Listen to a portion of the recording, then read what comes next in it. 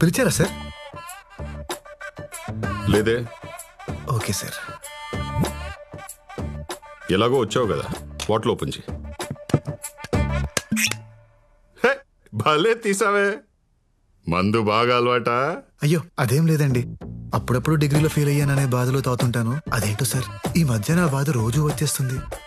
డిగ్రీలో ఫెయిల్ అయితే బాధపడకూడదు భీష్మ, లైఫ్ లో ఫెయిల్ అయితే బాధపడాలి. రా కూర్చో. అయ్యో మీ ముందా? రోజు కారులో నా పక్కనే కూర్చుంటావు కదా. లాజిక్కే సార్, లాజిక్కే. కూర్చో.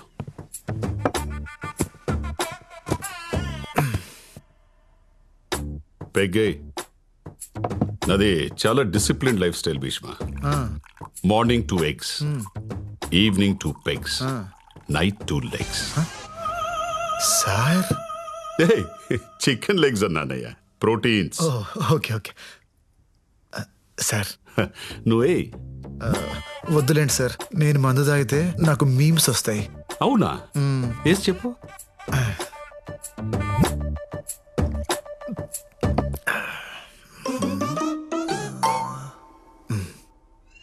కింద పైన ఊపు, మా ఏసీపీ సార్ తోపు. బాగుందయ్యా, ఇంకోటి చెప్పు. 1 minute సార్, ఐస్ క్యూబ్స్ తీసుకురా తీసుకురా వెళ్ళు.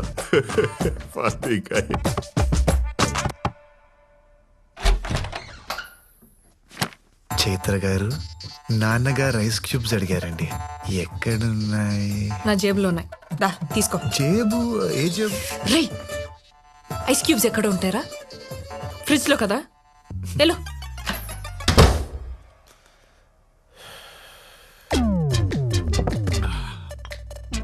ఐస్ ఎక్కడ? దారిలో జలుబు చేస్తుందేమో అని డౌట్ వచ్చి వెనక్కి వచ్చాను సార్. ఈసారి ఊపడాలు కాకుండా ఏదైనా పవర్ఫుల్ గా చెప్పు. పవర్ఫుల్ గా అంటే హీరో హోండా స్ప్లెండర్.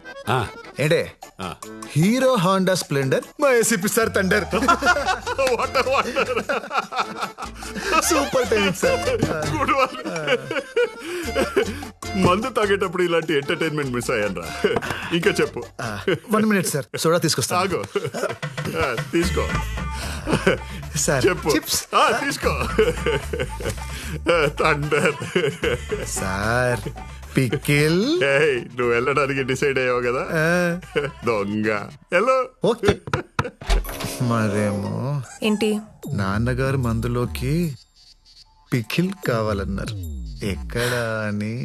ఏంట్రా నీ ప్రాబ్లము? సారే అడిగారు. నాన్న ఐస్ క్యూబ్స్ వాడరు, పిక్కలు తినరు.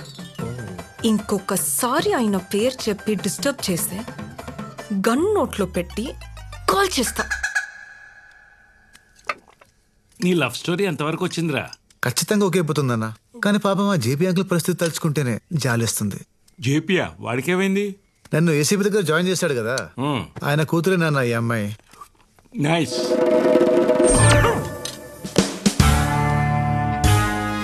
ఏసీపీ అంటే వాడేనే నా క్లాస్మేట్, గుర్తుందా?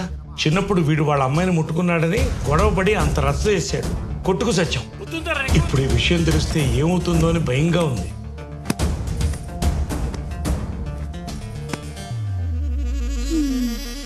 భూమి గుండ్రంగా తిరిగినట్టు వీడేంటండి తిరిగి తిరిగి మళ్ళీ మొదటి అమ్మాయి దగ్గరికే వచ్చాగాడు?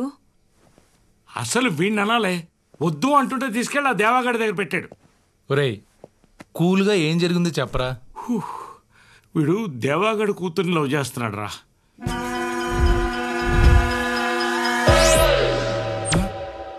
Cool. Today we all are here to discuss about what should be the future of Indian farming. అది కెమికల్ ఫార్మింగా లేదా ఆర్గానిక్ ఫార్మింగా? ఈ విషయంపై మాట్లాడడానికి ఈ రోజు మన ముందున్నారు field science MD mister Raghavan గారు, అలాగే భీష్మ ఆర్గానిక్స్ ఎండి శ్రీ భీష్మ గారు. ఈ రోజు వారి మాటల్లో chemical farming and organic farming కి సంబంధించిన ఎన్నో ఇంట్రెస్టింగ్ విషయాలను తెలుసుకుందాం. హే పర్విల్ భయ్యా, నువ్వేంటి ఇక్కడ? ఆ విషయం నేను అడగలరా? ఆయన నువ్వేంటి ఇక్కడ? షో కోసం వచ్చావా? షో కోసం నేను ఎందుకు వస్తాను భయ్యా, ఆ అమ్మాయి కోసం వచ్చాను. బాగుంది కదా భయ్యా? నువ్వు ఈ విత్తనాలు చల్లడం ఆపవారా? నువ్వు చేసిన పనికి నా జాబ్ పోయి నా క్వాలిఫికేషన్ కంటే తక్కువ నేను జాబ్ తీసుకొని ఫీల్డ్ సైన్స్ కంపెనీలో జాయిన్ అయ్యా.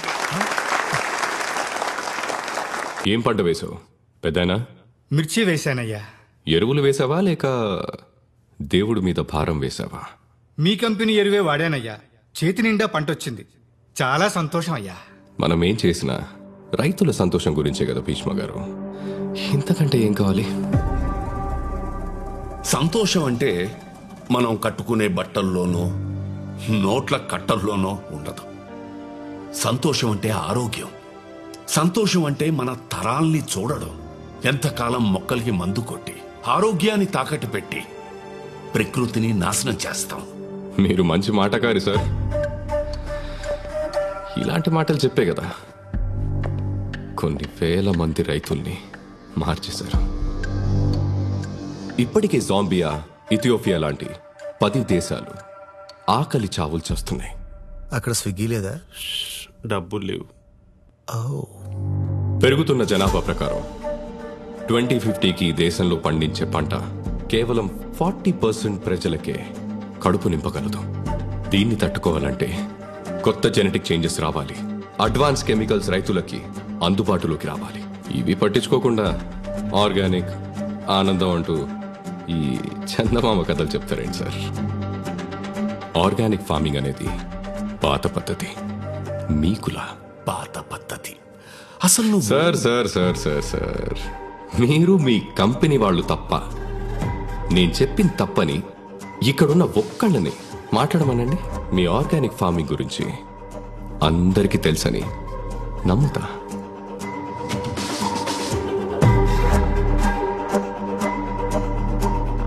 అయ్యా, ఇప్పుడు ఆ అమ్మాయిని ఇంప్రెస్ చేయాలంటే ఏం చేయాలి? నువ్వు మాట్లాడరా. నువ్వు మాట్లాడితే నా స్టేటస్ పడిపోయింది. అమ్మాయి పడదా? సార్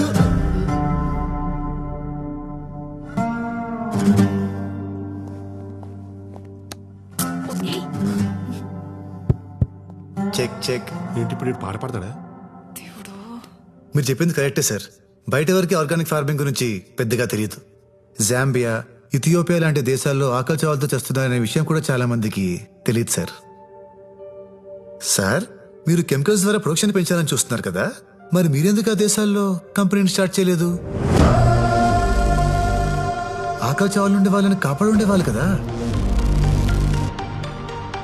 కానీ మీరు చేయరు. ఎందుకో చెప్పనా? దానికి 2 కారణాలు. ఒకటి డబ్బు. అవి పూర్ కంట్రీస్, అక్కడ మీరు డబ్బు చేసుకోలేరు. రెండోది మట్టి. మన దేశంలో ఉన్న సారవంతమైన మట్టి ఆ దేశాల్లో లేదు. సార్, మట్టే సరిగ్గా లేనప్పుడు ఎన్ని ప్రొడక్ట్స్ వాడితే ఏంటి? ఎందుకంటే మొక్క పెరిగేది మట్టిలో, మీ ప్రొడక్ట్స్ లో కాదు. యాక్చువల్లీ సార్, మీరు మాట్లాడమన్నారు, మాట్లాడుతుంటే డిస్టర్బ్ చేస్తున్నారు. మీరు దేవుడిని నమ్ముతారా? చెప్పండి సార్. అర్రే, టెక్నాలజీ ఇంత పెరిగినా ఇంకా పాత దేవుణ్ణి నమ్ముతున్నారా? మరి పాతకాలం నుంచి ఆర్గానిక్ ఫార్మింగ్ చేస్తే తప్పేంటి సార్?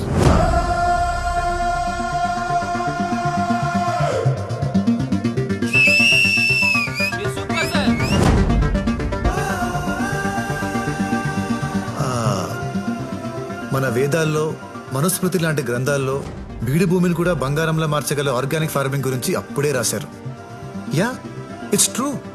దాన్ని కరెక్ట్ గా ఫాలో అయితే వ్యవసాయానికి, భూమికి ఎలాంటి కెమికల్ అవసరం లేదు.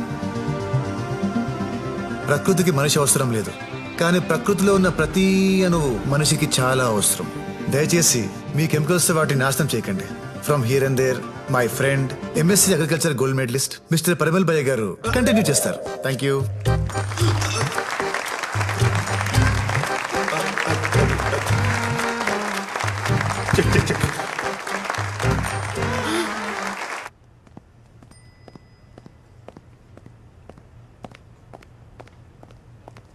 భీష్మ, ఆ నీకు ఆర్గానిక్ ఫార్మింగ్ గురించి ఎలా తెలుసు?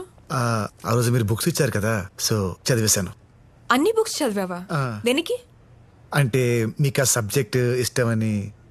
ఓ, నాకు ఇష్టం కాబట్టి నన్ను ఇంప్రెస్ చేయడానికి నేర్చుకున్నా, అంతేనా? అయ్యో, అలా ఏం లేదండి. లవ్ చేస్తున్నావా? అయ్యో, అలాంటిదేం లేదండి.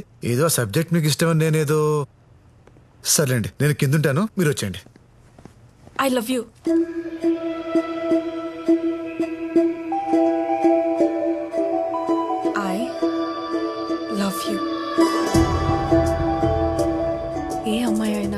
ఇష్టపడాలంటే అద్భుతం జరగక్కర్లేదు, ఒక అభిప్రాయం క్రియేట్ అయితే చాలు. అలాంటి అభిప్రాయం నిన్ను చూడకముందే కలిగింది. హలో నానా, నా కారు ఆగిపోయింది. హైదరాబాద్ లో యూత్ చాలా చెడిపోయారు సార్. నలుగురు ఫ్రెండ్స్ దమ్మేస్తూ మాట్లాడుకున్నంత మాత్రాన వాళ్ళు ఖాళీగా ఉన్నారు, కసిగా లేరు అంటే ఎలా సార్? వాళ్ళల్లో ఎప్పుడు ఎవడు ఏమవుతాడో ఎవడికి తెలుసు. టీలు ఇచ్చేటప్పుడు మోడీ గారిని కూడా చాలా చీప్ గానే చూస్తుంటారు కదా సార్. అప్పుడు అర్థమైంది నాన్నతో మాట్లాడింది నువ్వని. ఆ క్షణం నుంచి ప్రతి క్షణం నీ కంపెనీని ఎంజాయ్ చేస్తూనే ఉన్నాను. నా కోసం 10 మందిని కొట్టా. 20 రోజులు మా నాన్న దగ్గర ఉన్నాం. 30 నిమిషాల్లో నీకు తెలియని సబ్జెక్ట్ నేర్చుకుని మాట్లాడా. ఏ అమ్మాయి అయినా తను అడిగింది చేసేవాడు లైఫ్లోకి వస్తే హ్యాపీగా ఫీల్ అవుతుంది. కానీ తన కోసం ఏదైనా చేసి నీలాంటి వస్తే అదృష్టంగా ఫీల్ అవుతుంది. I love you.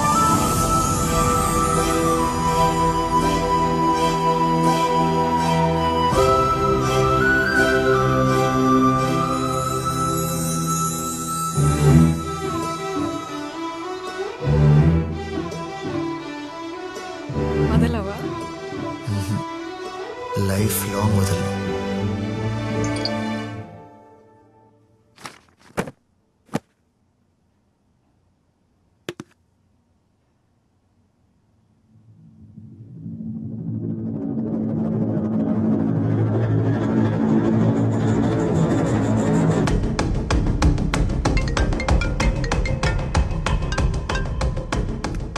Hello sir, ఓ కేసు పని మీద న్యూస్ ఛానల్కి వస్తే చైత్ర మేడం అలా కనిపించారు సార్.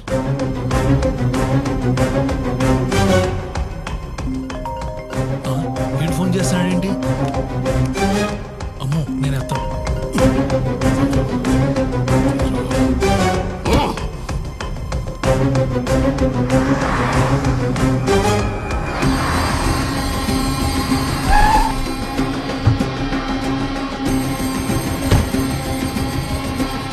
జేపీ ఎక్కడ? ఆనంద్ గారు వాళ్ళ ఇంట్లో ఉన్నారండి. ఏంట్రాడు మళ్ళీ ఫోన్ చేయలేదా? 2 సార్లు ఫోన్ ఎత్తనప్పుడు బుద్ధున్నాడు వాడు, 3వ సారి చేయడు. సార్ నేను వెళ్తా.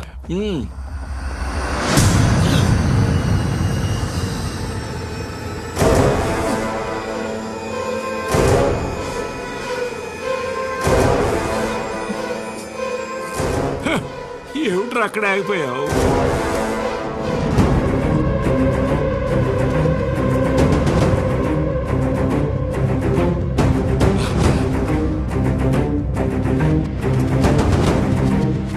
చైత్ర ఓకే అయిపోయిందమ్మా. వాళ్ళ నాన్నని ఎలా మేనేజ్ చేయాలో వరకు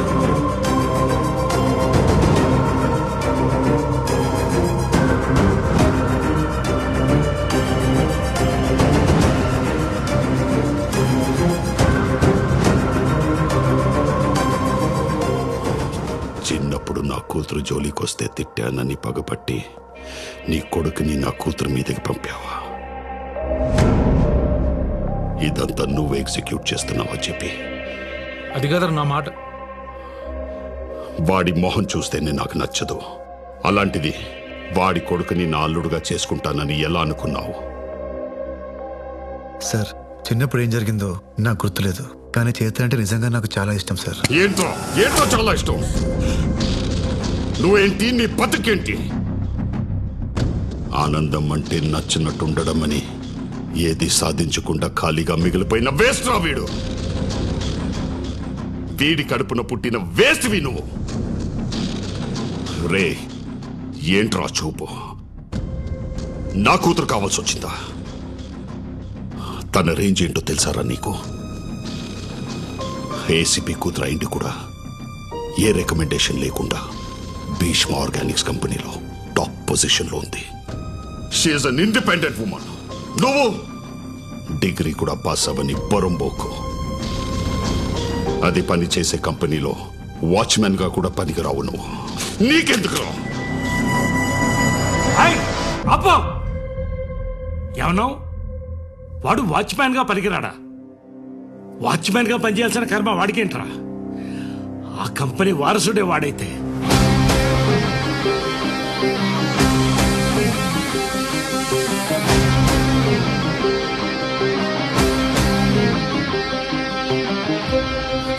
ఏమండి ఏయ్, ఊరుకోవే.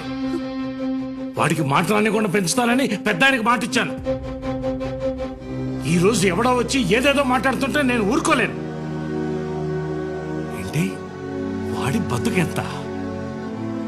నీ కూతురు ఆఫ్టర్ ఆల్ ఆ కంపెనీలో ఉద్యోగం చేస్తున్నందుకు అంత గర్వంగా ఫీల్ అయిపోతున్నావే? ఆ కంపెనీకి కాబోయే సీఈఓ రావాడు.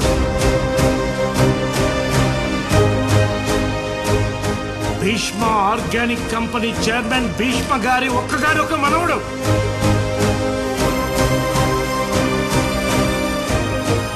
ఆయన 1000 కోట్ల ఆస్తికి అధిపతి అతను.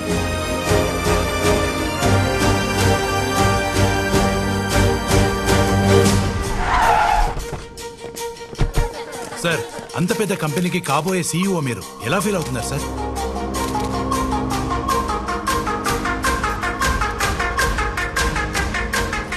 కొత్త సీఈఓని ప్రకటించిన భీష్మ ఆర్గానిక్స్. భీష్మ ఆర్గానిక్స్ కొత్త CEO. Bheeshma Organics announce its head. Bheeshma Organics next CEO కూడా భీష్మనే.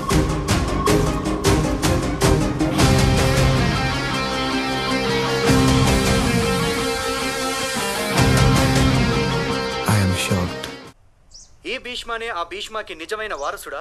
అవును అనిపిస్తే మా వీడియోని లైక్ చేయండి, కాదు అనిపిస్తే కమెంట్ చేయండి. చూస్తూనే ఉండండి, మా ఛానల్ ని సబ్స్క్రైబ్ చేస్తూనే ఉండండి. పోలికలన్నీ గిట్లా కనిపిస్తుంటే ఇంకా అవునంటారా కాదంటారా అని అడుగుతారేంటి బాబు? అచ్చం తాతగారి నోట్లోంచి ఊడి పడ్డట్టే ఉన్నారు. ఈ ప్రపంచానికి కావాల్సింది పోలికలు కాదు ప్రమీల, ప్రూఫ్స్. అసలు ఆయన ఫస్ట్ టైం చూసినప్పుడే లోపలేవో వైబ్రేషన్స్. రక్త సంబంధం అంటే ఇదేనేమో.